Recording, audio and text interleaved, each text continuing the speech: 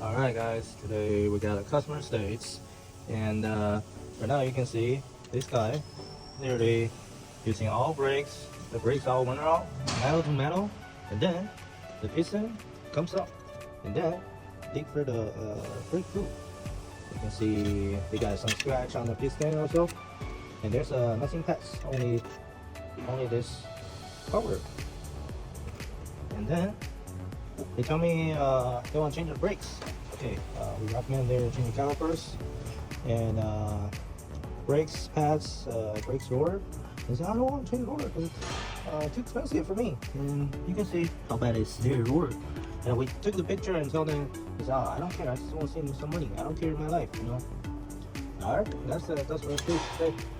All right, guys. Today we got a customer states, and right now you can see this guy literally using all brakes. The brakes